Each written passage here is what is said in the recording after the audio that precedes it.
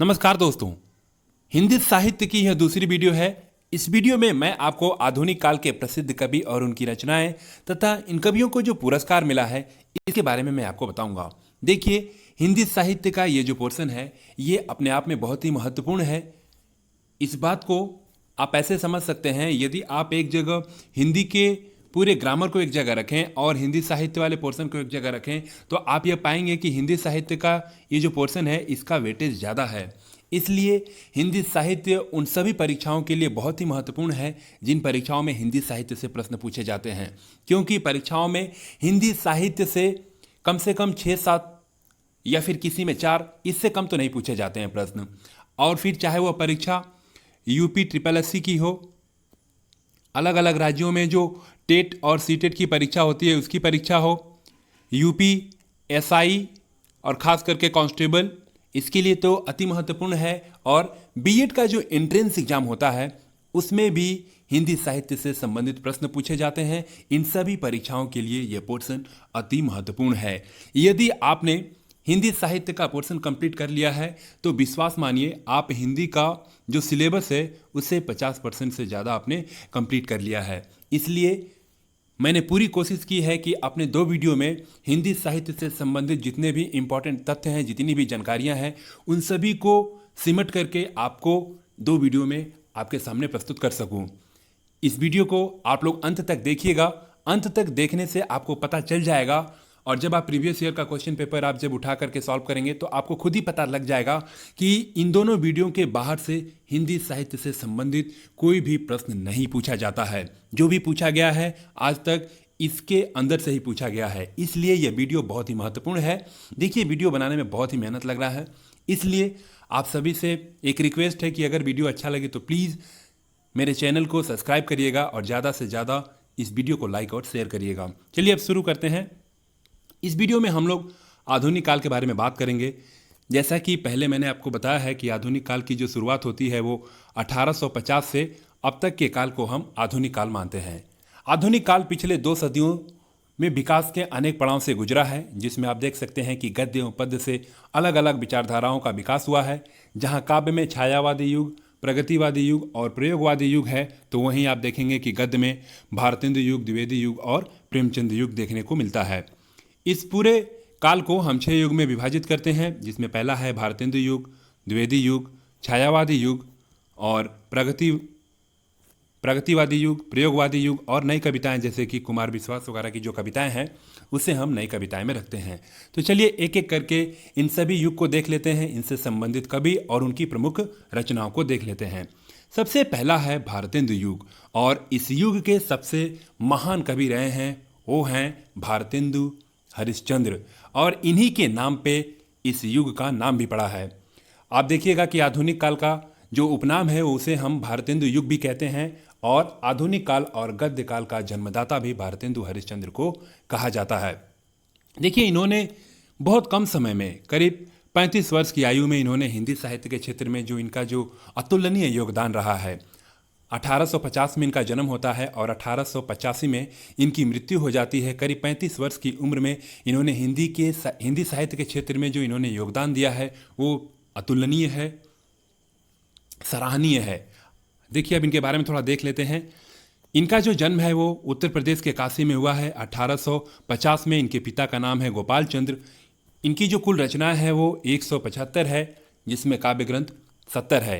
इनकी जो मुख्य रचनाएं हैं वो है पूर्ण प्रकाश, चंद्र प्रभा, प्रेम फुलवारी, रत्नावली और अंधेरी नगरी जो है वो एक नाटक है। इन्हें आधुनिक हिंदी के पिता भी इन्हें कहा जाता है। अब देखिए, प्रश्न कई बार ये पूछा है कि हिंदी के प्रथम गद्यकार कौन हैं, तो इसका जवाब होगा लल्लू लाल। और हिंदी साहित्य इतिहास के पहले लेखक कौन हैं, तो इसका जवाब होगा गारसा द तासी। इस बात को आप लोग जरा ध्यान रखिएगा। इसके बाद है द्विवेदी युग है। इस युग में महावीर प्रसाद द्विवेदी, हजारी प्रसाद द्विवेदी और माखनलाल चतुर्वेदी जैसे कवि आते हैं। तो चलिए इनको भी एक एक करके देख लेते हैं। इसमें पहले जो कवि हैं वो हैं महावीर प्रसाद द्विवेदी, और महावीर प्रसाद द्विवेदी जी का भी हिंदी साहित्य में बहुत बड़ा योगदान रहा है। और इस चीज़ को हम इस बात से समझ सकते हैं कि महावीर प्रसाद द्विवेदी जी का जो नाम है, इनके नाम के वजह से ही इसका द्विवेदी युग नाम पड़ा है। इनका जन्म जो है यूपी के रायबरेली में हुआ है 1864 में। और महावीर प्रसाद द्विवेदी जी ये पहले साहित्यकार रहे हैं जिनको आचार्य की उपाधि से नवाजा गया है। इसके पहले ये जो आचार्य शब्द था ये संस्कृत में एक परंपरा थी, लेकिन उपाधि के रूप में सबसे पहले महावीर प्रसाद द्विवेदी जी को दिया गया है। इस बात को आप लोग ज़रा ध्यान रखिएगा। इनकी जो प्रमुख कृतियां हैं उसमें है कविता कलाप है, अबला बिलाप है, सुमन है और नागरी तेरी यह दशा है। इसके बाद इन्होंने बहुत सारे हिंदी अनुवाद भी किए हैं। आप देखेंगे कि कालिदास की बहुत सारी रचनाएं हैं जिसको इन्होंने हिंदी में अनुवाद किया है, जिसमें कुमार संभव सार है, रघुवंश है, और इन्होंने फिर महाभारत का भी हिंदी अनुवाद किया है। इसके बाद आते हैं कवि, वो हैं हजारी प्रसाद द्विवेदी जी, और इनका जो जन्म है वो है यूपी के बलिया में हुआ है 1907 में। इनकी जो मुख्य रचना है वो है अशोक के फूल और सुर साहित्य। देखिए अशोक के फूल जो है कई बार परीक्षा में पूछा गया है। अब जैसा कि मैंने आपको बताया कि महावीर प्रसाद द्विवेदी जी के नाम पे ही इस युग का नाम पड़ा है। इसी के साथ ही माखन लाल चतुर्वेदी जी भी इसी द्विवेदी युग के कवि रहे हैं और इन्हें भारतीय आत्मा कहा जाता है। सीधा प्रश्न पूछता है भारतीय आत्मा किसे कहा जाता है, तो जवाब होना चाहिए आपका माखन लाल चतुर्वेदी। अब देखिए माखन लाल चतुर्वेदी जी को इनकी जो रचना है हिमतरंगिनी, इसे 1955 में साहित्य अकादमी पुरस्कार इस रचना के लिए दिया गया था। और सबसे पहला साहित्य अकादमी पुरस्कार माखनलाल चतुर्वेदी जी को ही 1955 में इनकी रचना हिमतरंगिनी के लिए दिया गया था। इस बात को भी आप लोग जरा ध्यान रखिएगा। इसके बाद है छायावादी युग है, और छायावादी युग के 4 स्तंभ हैं, जिसमें पहले हैं जयशंकर प्रसाद जी, दूसरे हैं सूर्यकांत त्रिपाठी निराला, और तीसरे हैं सुमित्रा नंदन पंत, और चौथी हैं महादेवी वर्मा। ये चारों छायावादी युग के 4 स्तंभ हैं, जिसमें सबसे पहले जो है जयशंकर प्रसाद जी का नाम आता है। ये इस युग के सबसे बड़े और महान कवि रहे हैं। तो चलिए इनको भी एक एक करके देख लेते हैं। जयशंकर प्रसाद जी का पूरा नाम है जयशंकर प्रसाद साहू। इनका जन्म जो है उत्तर प्रदेश के वाराणसी में हुआ है 1889 में, और ये छायावाद के प्रवर्तक और इस युग के सबसे बड़े और महान कवि रहे हैं, जैसा कि मैंने आपको बताया। इनकी जो रचनाएं हैं वो है झरना, आंसू, लहर, कामायनी, प्रेम पथिक। देखिए कामायनी, आंसू और लहर परीक्षा में बार बार पूछा गया है। मैं यहाँ पे ऐसे क्यों बोल रहा हूँ आप लोगों को कि बार बार पूछा गया है? जब प्रीवियस ईयर के पिछले वर्ष के जब आप प्रश्नों को उठाएंगे आप तो देखेंगे वहाँ पे कि चीज़ें वही है जो आप पढ़ते हैं, वही है, उसे बार बार पूछा गया है। और ऐसा क्यों? क्योंकि हम चीज़ों को अच्छे से नहीं पढ़ते हैं और हमारे पास दुनिया भर का कन्फ्यूजन होता है, और कन्फ्यूजन के कारण ही परीक्षा में जो प्रश्न पूछे जाते हैं उसका हम जवाब नहीं दे पाते हैं। देखिए हर चीज़ का ट्रिक नहीं होता है। किसी भी चीज़ को याद करने का मैं आपको एक बेस्ट तरीका बताता हूँ। किसी भी चीज़ को सबसे पहले आप 1 से 2 बार 3 बार आप पढ़िए, और पढ़ने के बाद ना आप उसे लिखने की कोशिश करिए। जब आप चीज़ों को लिखेंगे 1 बार 2 बार 3 बार जब आप लिखेंगे तो आप खुद ये महसूस करेंगे कि जैसे आप चौथी बार लिखना शुरू करेंगे ना तो आपको आगे की चीज़ें अपने आप याद आने लगेगी। फिर आप को खुद सारी चीज़ें बिल्कुल क्रिस्टल क्लियर हो जाएगी, और इसके बाद जो आपको जो चीज़ें याद रह जाएगी ना वो बहुत लंबे समय तक आपको याद रह जाएगी। और हिंदी का ये पोर्शन हिंदी साहित्य का बहुत ही इंपॉर्टेंट है। लगभग अगर आप यूपी की कोई परीक्षा देते हैं तो समझ जाइए कि ये पूछा ही पूछा जाता है, और इसको अगर आप एक बार अच्छे से तैयार कर लेते हैं तो समझिए कि 50% से अधिक सिलेबस आपने हिंदी का तैयार कर लिया है। चलिए आगे देखते हैं। इसके बाद इनकी कुछ कहानियाँ हैं जिसमें छाया, आंधी, इंद्रजाल, प्रतिध्वनि, आकाशदीप हैं। इसके साथ ही इन्होंने कुछ नाटक भी लिखे हैं जिसमें चंद्रगुप्त, स्कंदगुप्त, राज्यश्री, ध्रुव स्वामिनी। आप देखेंगे कि गुप्त वंश से संबंधित जितने भी व्यक्ति रहे हैं लगभग उन्हीं के ऊपर इनका नाटक रहा है। इसके साथ ही इनका कुछ उपन्यास है जिसमें तितली, कंकाल और इरावती है। यहाँ पे एक बात ध्यान देने योग्य है, जयशंकर प्रसाद की वो कौन सी रचना है जो कि अधूरी रह गई थी, तो इसका जवाब होगा इरावती। और जैसा कि मैंने आपको बताया कि छायावादी युग के ये 4 स्तंभों में से एक हैं और सबसे बड़े इस युग के ये कवि हैं। इसके बाद नाम आता है सूर्यकांत त्रिपाठी निराला जी का। इनका जन्म पश्चिम बंगाल में 1896 में हुआ था, और यह एक क्रांतिकारी कवि थे। इन्होंने आनंद मठ का हिंदी अनुवाद किया था। आपको पता होगा कि आनंद मठ जो है ये बंगला भाषा में है, और इन्होंने इसका हिंदी अनुवाद किया था। इनकी कुछ कविताएं हैं जिसमें अनामिका, परिमल, गीतिका, कुकुरमुत्ता और गीतकुंज हैं। देखिए कुकुरमुत्ता बार बार पूछा जाता है परीक्षा में। इसके साथ ही साथ इनके कुछ उपन्यास हैं जिसमें अप्सरा, अलका, निरूपमा, आराधना और अर्चना है। साथ ही साथ इनकी कुछ कहानियां हैं परीक्षा की दृष्टि से, जिसमें लीली, चतुरी चमार और सखी प्रमुख है। इसके बाद जो कवि हैं वो हैं सुमित्रा नंदन पंत जी। देखिए यहाँ पे फोटो लगाने का मतलब एक ही है, एक उसका मकसद है कि आपको कुछ चीज़ें नाम से, कुछ चीज़ें फोटो देख करके याद हो जाए।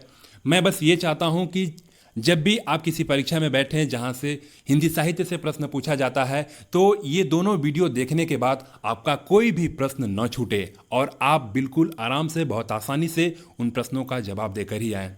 चलिए, इनका जो जन्म है ये उत्तराखंड के बागेश्वर में हुआ है सन 1900 में, और इनकी जो मृत्यु है ये उत्तर प्रदेश के इलाहाबाद में हुई थी। इनकी जो रचनाएं हैं उसमें बीड़ा, पल्लव, गुंजन, युगपथ, तारापथ, युगवाणी, स्वच्छंद और मानसी प्रमुख हैं। 1960 में इनकी जो रचना है काला और बूढ़ा चांद के लिए इन्हें साहित्य अकादमी पुरस्कार से सम्मानित किया गया था, और 1968 में इन्हें चिदम्बरा के लिए ज्ञानपीठ पुरस्कार से सम्मानित किया गया था।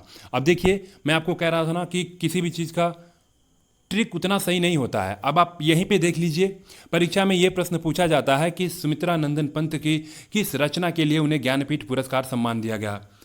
उसमें चिदम्बरा भी रहेगा, काला और बूढ़ा चांद भी रहेगा, और दो इसमें से ऑप्शन रहेंगे। अब आपने पढ़ा तो है कि चिदम्बरा को भी पुरस्कार मिला था और काला और बूढ़ा चांद को भी। यहीं पे कन्फ्यूजन होता है, ऐसे प्रश्नों में ही कन्फ्यूजन होता है। इसलिए चीज़ों को 2 बार 3 बार पढ़िए और उसे लिख करके याद करने की कोशिश करिए। याद करने का सबसे बेहतर और आसान तरीका होता है। चलिए इसके बाद देखते हैं। इसके बाद नाम आता है महादेवी वर्मा जी का, और इनका जन्म उत्तर प्रदेश के फर्रुखाबाद में 1907 में हुआ था। इन्हें आधुनिक मीरा कहा जाता है। सीधा सा प्रश्न पूछा जाता है, आधुनिक मीरा किसे कहा जाता है, तो जवाब होना चाहिए महादेवी वर्मा को। इनकी जो प्रमुख रचनाएं हैं उसमें है यामा, अतीत के चलचित्र, गिल्लू, दीपशिखा, निर्जा, निहार और रश्मि। इसमें से यामा, अतीत के चलचित्र, गिल्लू और दीपशिखा ये बार बार पूछा गया है। इसके बाद देखिए 1956 में इन्हें पद्म भूषण, 1982 में ज्ञानपीठ पुरस्कार और 1988 में इन्हें पद्म विभूषण से सम्मानित किया गया है। यामा के लिए इन्हें ज्ञानपीठ पुरस्कार दिया गया है और 1988 में मरणोपरांत इन्हें पद्म विभूषण से सम्मानित किया गया है। इसके बाद जो युग है वो है प्रगतिवादी युग, और प्रगतिवादी युग में जो कवि आते हैं वो हैं सुमित्रा नंदन पंत जी, सूर्यकांत त्रिपाठी निराला, माखनलाल चतुर्वेदी और रामधारी सिंह दिनकर। देखिए बहुत सारे ऐसे कवि हैं जिनकी जो रचनाएं हैं वो छायावादी युग में भी आती है, प्रगतिवादी में भी कुछ आती है। तो इन तीनों के बारे में तो हम लोग देख ही हैं। इसके बाद अब आगे रामधारी सिंह दिनकर जी के बारे में देख लेते हैं। यहाँ पे हैं रामधारी सिंह दिनकर जी। इनका जो जन्म है वो बिहार के मुंगेर में हुआ था 1908 में, और इनकी जो प्रसिद्ध रचनाएं हैं वो हैं रश्मिरथी, उर्वशी, हुंकार, कुरुक्षेत्र, बापू, मिर्च का मजा। इसमें हुकार और कुरुक्षेत्र और रश्मिरथी और उर्वशी लगभग सभी महत्वपूर्ण है। देखिए वही चीज़ मैं इस वीडियो में डाला हूँ जो परीक्षा की दृष्टि से अति महत्वपूर्ण है। वैसे तो पढ़ने के लिए पूरा सार है हिंदी साहित्य का, लेकिन हमें वही पढ़ना है जिसको पढ़ करके परीक्षा निकाली जा सके। विशेषज्ञ नहीं बनना है, हिंदी साहित्य में पीएचडी नहीं करनी है, हमको बस उतना ही पढ़ना है जिससे कि हमारी परीक्षा क्लियर हो जाए। इसके साथ ही साथ सूरज का विवाह है, परशुराम की प्रतीक्षा है, हाहाकार है, संस्कृत के 4 अध्याय है, और यह एक प्रसिद्ध आलोचक रहे हैं। अब देखिए यहाँ पे भी कंफ्यूजन होता है। उर्वशी के लिए इन्हें ज्ञानपीठ पुरस्कार से सम्मानित किया गया है और संस्कृत के 4 अध्याय के लिए इन्हें साहित्य अकादमी पुरस्कार से सम्मानित किया गया है। इसके बाद जो है अब जो युग आता है वो है प्रयोगवादी युग और अन्य कवि। प्रयोगवादी में आप देखेंगे कि अज्ञेय हैं, धर्मवीर भारती हैं, और अन्य कवियों में हम लोग देखेंगे मैथिली शरण गुप्त जी को, मुंशी प्रेमचंद जी को, इसके बाद मोहन राकेश को, शरद चंद्र जी को, देवकी नंदन खत्री को और हरिवंश राय बच्चन जी को। अब यहाँ पे जो हैं वो हैं अज्ञेय जी। इनका जो जन्म है ये उत्तर प्रदेश के देवरिया जिले में कुशीनगर में हुआ था 1911 में। इनका जो मूल नाम है वो है सच्चिदानंद हीरानंद वात्सायन। कई बार इनका मूल नाम भी पूछ लेता है। और इनको जो अज्ञेय कहा था वे जैनेन्द्र और प्रेमचंद्र जी ने इनको ये नाम दिया था। इसके बाद इनके कुछ प्रसिद्ध उपन्यास हैं जिसमें अपने अपने अजनबी और नदी के द्वीप आते हैं। कुछ कविताएं हैं इनकी, हरी घास पर क्षण भर, आंगन के पार द्वार, इसके लिए इन्हें साहित्य अकादमी का पुरस्कार दिया गया था, और कितनी नावों में कितनी बार, इसके लिए इन्हें ज्ञानपीठ पुरस्कार दिया गया था। देखिए यहाँ भी कन्फ्यूजन होता है। अज्ञेय की किस रचना के लिए उन्हें साहित्य अकादमी पुरस्कार दिया गया था? ऑप्शन में आएगा आंगन के पार द्वार, कितनी नावों में कितनी बार, अपने अपने अजनबी और नदी के द्वीप। तो आपको आंगन के पार द्वार साहित्य अकादमी के लिए मानना है। ज्ञानपीठ के लिए कितनी नावों में कितनी बार। इन सब देखिए, देखने के लिए चीज़ें छोटी छोटी है, पर परीक्षा में यही बहुत बड़ी गलती हो जाती है। आगे धर्मवीर भारती जी हैं। इनका जन्म यूपी के इलाहाबाद में हुआ है 1926 में। ये प्रयोगवादी युग के खड़ी बोली के कवि रहे हैं और इनका जो प्रसिद्ध उपन्यास है वो है गुनाहों का देवता 1949 और सूरज का सातवां घोड़ा 1952। इनके एक प्रमुख निबंध है जो परीक्षा में बार बार पूछा जाता है। इसका नाम है ठेले पर हिमालय। और कुछ काव्य रचना है जिसमें अंधा युग है, यह एक नाटक है 1953 का। और इसके बाद है ठंडा लोहा। इसके बाद इनकी कुछ कहानियां भी हैं जिसमें मुर्दों का गांव और बंद गली है। साथ ही साथ इनको 1972 में पद्मश्री से सम्मानित भी किया गया है। इसके बाद नाम आता है मैथिली शरण गुप्त जी का और इनका जो जन्म है ये उत्तर प्रदेश के झांसी में 3 अगस्त 1985 को हुआ है। अब देखिए मैथिली शरण गुप्त जी का हिंदी साहित्य में कितना योगदान है, हम इस बात से देख सकते हैं, अंदाजा लगा सकते हैं कि इनकी जो जयंती है 3 अगस्त, इनका जब जन्म हुआ था 3 अगस्त को, तो 3 अगस्त को हम हर वर्ष कवि दिवस के रूप में मनाते हैं। तो सीधा सा प्रश्न पूछ सकता है कि कब हम कवि दिवस मनाते हैं, तो जवाब होना चाहिए 3 अगस्त को। और किसके जन्म दिवस पे मनाते हैं, तो मैथिली शरण गुप्त जी के। ये खड़ी बोली के कवि रहे हैं। 1954 में इन्हें पद्म भूषण से सम्मानित किया गया है। गांधी जी द्वारा इन्हें राष्ट्र कवि कहा गया है। इस बात को भी आप लोग जरा ध्यान रखिएगा। इसके बाद इनकी प्रमुख रचनाएं हैं जिसमें भारत भारती है, पंचवटी है, साकेत है, यशोधरा है और रंग में भंग है। साकेत इनकी जो सर्वोच्च शिखर पर जाने वाली रचनाएं हैं। आप देख सकते हैं कि साकेत के लिए 1935 में हिंदुस्तान अकादमी पुरस्कार से इन्हें सम्मानित किया गया था। उस समय राशि होती थी 500 रुपये। इसके बाद जो है कवि हैं वो हैं मुंशी प्रेमचंद्र जी हैं। इनका जो जन्म है वो उत्तर प्रदेश के वाराणसी में लम्ही गांव में हुआ था 1880 में। देखिए मुंशी प्रेमचंद्र जी का कई बार कई परीक्षा में गांव पूछ लिया है, इसलिए यहाँ पे गांव लिखना पड़ा है। यह एक प्रसिद्ध उपन्यासकार रहे हैं और इनके जो प्रसिद्ध उपन्यासकार है उसमें गोदान, गबन, कर्मभूमि, रंगभूमि, सेवा सदन, प्रेमा, वरदान, निर्मला, प्रतिज्ञा और मंगलसूत्र, ये प्रसिद्ध उपन्यास रहा है इनका। यहाँ पे एक बात ध्यान देना होगा कि मंगलसूत्र जो है मुंशी प्रेमचंद्र जी का ये अधूरा रह गया था। तो ऐसे प्रश्न पूछ देगा कि मुंशी प्रेमचंद्र जी की वो कौन सी उपन्यास है जो अधूरा रह गया था, तो जवाब होना चाहिए मंगलसूत्र। इसके बाद इनकी कुछ प्रमुख कहानियां हैं जिसमें पूस की रात, कफन, ईदगाह, बड़े घर की बेटी और मानसरोवर प्रमुख हैं। इसके बाद जो कवि आते हैं वो हैं मोहन राकेश जी। इनका जन्म 1925 में पंजाब में हुआ था। प्रमुख रचनाएं हैं वो है अंधेरे बंद कमरे, न आने वाला कल, कांपता हुआ दरिया, कई एक अकेले और आषाढ़ का एक दिन। आषाढ़ का एक दिन बार बार पूछा गया है। इसके बाद जो कवि आते हैं वो है शरद चंद्र जी। इनका जन्म 1876 में बंगाल में हुआ था और इनकी जो प्रमुख रचनाएं हैं वो है देवदास, चरित्रहीन और श्रीकांत। इसके बाद जो कवि हैं वो हैं देवकी नंदन खत्री जी और इनका जो जन्म है वो बिहार के समस्तीपुर में 1861 में हुआ है। और इनकी जो प्रसिद्ध रचना है जो बार बार परीक्षा में पूछी जाती है वो है चंद्रकांता। आपको याद होगा पहले एक चंद्रकांता सीरियल आता था, ये वही चंद्रकांता सीरियल है जो कि देवकी नंदन खत्री जी का है। इसके बाद जो कवि आते हैं वो हैं हरिवंश राय बच्चन जी। इनका जन्म यूपी के इलाहाबाद में 1907 में हुआ था और इनकी जो प्रमुख रचना है उसमें मधुशाला, मधुबाला और मधुकलश, लगभग आप देख सकते हैं कि मधु से ही संबंधित है। और 2 चट्टाने के लिए इन्हें साहित्य अकादमी पुरस्कार से सम्मानित किया गया था। अब आगे देखिए पुरस्कार से संबंधित कुछ महत्वपूर्ण तथ्य देख लेते हैं। अब तक कुल 10 हिंदी लेखकों को ज्ञानपीठ पुरस्कार से सम्मानित किया गया है, जिसमें से पहले हैं जी शंकर कुरूप जी। जी शंकर कुरूप जी ये पहले ऐसे लेखक हैं जिन्हें ज्ञानपीठ पुरस्कार से सम्मानित किया गया था और यह एक मलयालम लेखक थे। इसके बाद सुमित्रा नंदन पंत जी को इनकी जो कृति है चिदम्बरा के लिए सम्मानित किया गया।